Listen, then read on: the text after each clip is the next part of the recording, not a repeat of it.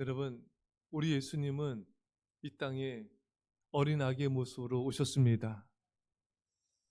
어, 그래서 사람들은 어린 아기가 특히 또 마국간에 태어난 어린 아기 되신 예수님을 왕으로 생각하는 사람은 별로 없었어요. 동방박사나 이 몇몇 사람들 외에는 어, 어린 아기가 왕이라고 구원자라고 잘 이렇게 인식이 안 되는 것입니다. 그래서 오늘 본문은 우리 주님께서 왕이심을 나타내고 있는 것입니다.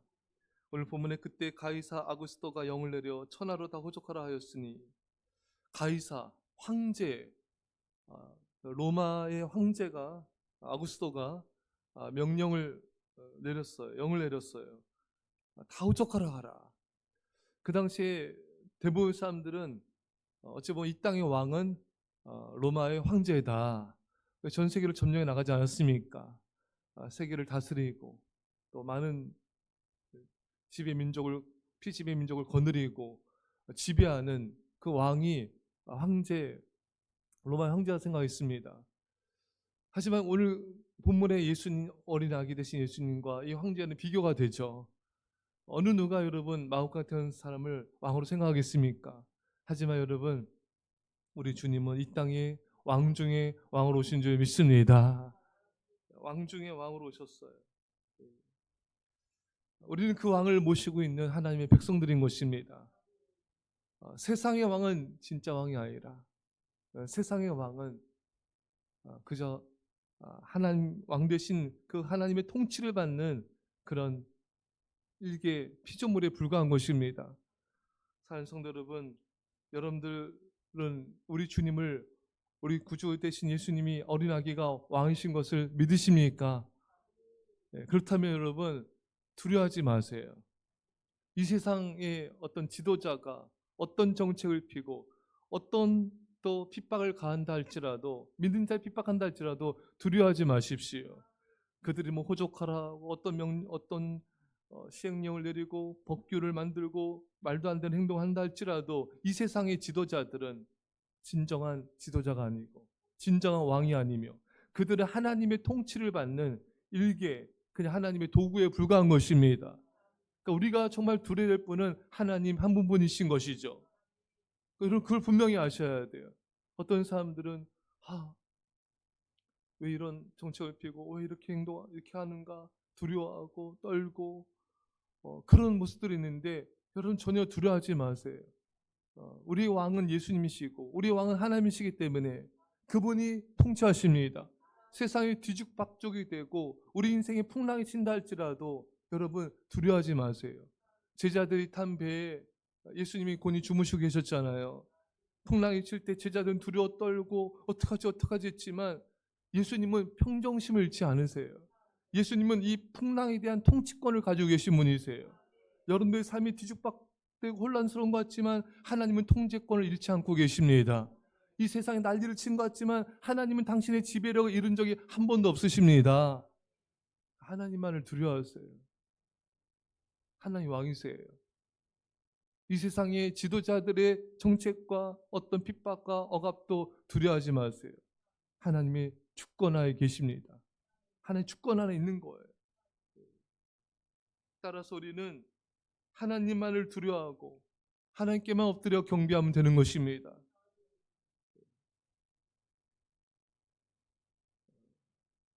사랑하는 성도 여러분,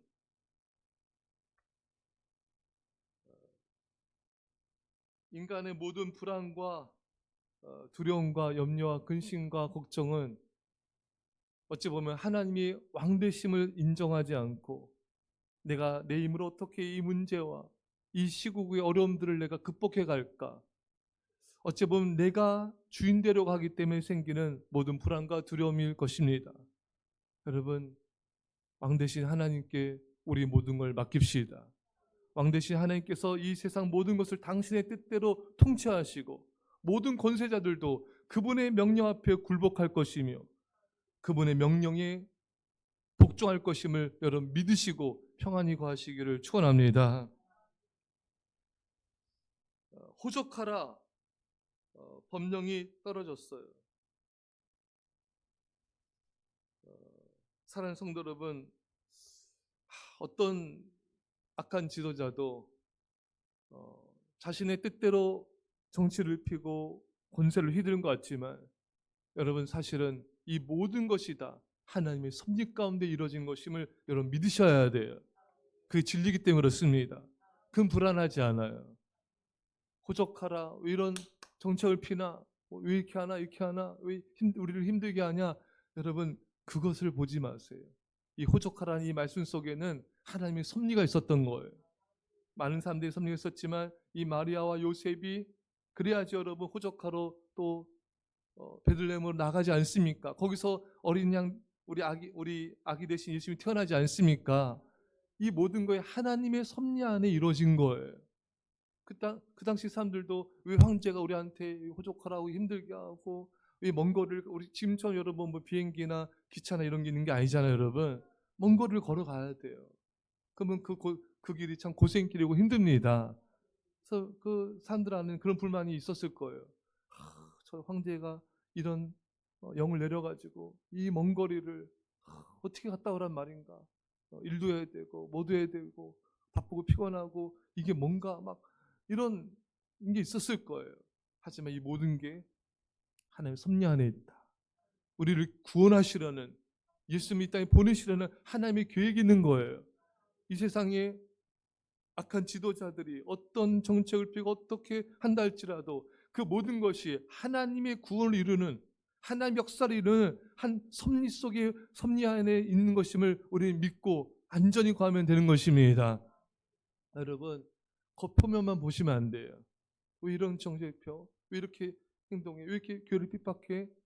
이 세상에 일어나는 모든 것들은, 모든 지도자들의 어떤 말도 안 되는 정책과 말도 안 되는 행동들까지도 하나님의 계획 안에, 하나님의 섭리 안에 있음을 믿고 여러분 평안히 구하시고 담대하시길 축원합니다. 바로왕이 애굽의 이스라엘 백성들 얼마나 핍박했습니까? 그것까지도 하나님의 섭리 안에 당신의 백성들을 구원하려는 하나님의 계획이신 거예요. 그런 핍박 속에서 이스라엘 백성들이 신음소리 내며 하나님께 부르짖지 않습니까? 하나님 모세를 통하여서 구원하십니다. 하나님 그 땅을 심판하시고 구원하시는 거예요. 홍해 바다 앞에 가도 또 쫓아오지 않습니까? 이스라엘 백성들은 그 모습만 보고 두려워 떨면서 모세를 원망하고 하나님을 원망합니다. 애굽에 매장지가 없어서 이끌어냈느냐? 겉표면만 보면 안 되는 것입니다. 여러분, 이 세상 권력자들이 교회를 핍박하고 전 세계 얼마나 여러 핍박받는 그리스도인들이 많은지 몰라요. 그 겉모습만 보면 안 되는 것입니다. 그것을 통해 하나님께서 놀라운 구원과 역사를 이루시려는 하나님의 섭리를 보셔야 돼요. 애굽의 군대는 홍해 바다에 수장이 되었습니다. 이를 통한 큰 영광이 나타난 것입니다. 할렐루야. 하나님의 역사는 나타나는 거예요. 어둠이 짙어져도 새벽 빛이 비춰질 때 모든 어둠이 사라지듯이, 아무리 악인들이 활개를 친다 할지라도 하나님을 이기지 못해요. 하나님의 영광은 나타나게 되어 있습니다. 우린 그걸 바라봐야 돼요. 세계 역사도 마찬가지고 이 나라의 역사도 마찬가지며 여러분들 개인의 인생의 역사도 마찬가지입니다. 하나님은 임하십니다. 하나님은 역사하십니다. 이 모든 과정이 주 영광을 나타내기 위함인 것을 우리 분명히 알아야 됩니다. 사랑하는 성도 여러분, 이제 우리는 이 말씀 붙잡고요, 세상이 어떻게 돌아가든 혼란스럽든 이 나라가 어떻게 뒤죽박죽이 되든 내 인생에 어떤 풍랑이 치든 이제는 문제되지 않아요. 풍랑을 다스린 예수님이 우리와 함께 하시고 온 지구를, 온 우주를 통치하시는 만왕의 왕 되신 하나님이 모든 주권을 가지고 통치하고 계시고 다스리고 계시고 섭리하시기 때문에 담대하고 평안하십시오. 주님이 승리하셨습니다. 이제 그 영광을 나타내십니다. 이런 은혜가 있기를 주의 이러한 절을 축원합니다. 기도합시다.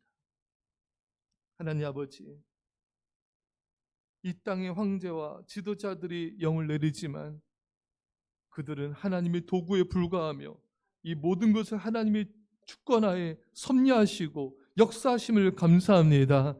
이제는 세계 역사의 배후에 역사하시는 하나님의 손길을 보게 하시고 어떤 것도 두려워하지 말게 하시고 담대하며 평안하게 하여 주시고 믿음의 승리의 기쁨을 누리게 하여 주시옵소서. 우리 인생에 어떤 풍랑이 친다 할지라도 주님이 다스리고 계십니다. 통치하고 계십니다. 왕 되신 주님을 찬양합니다. 영광을 받아 주옵소서. 주의 크신 영원 나타내심을 감사드리며 예수님의 이름으로 기도합나이다. 아멘.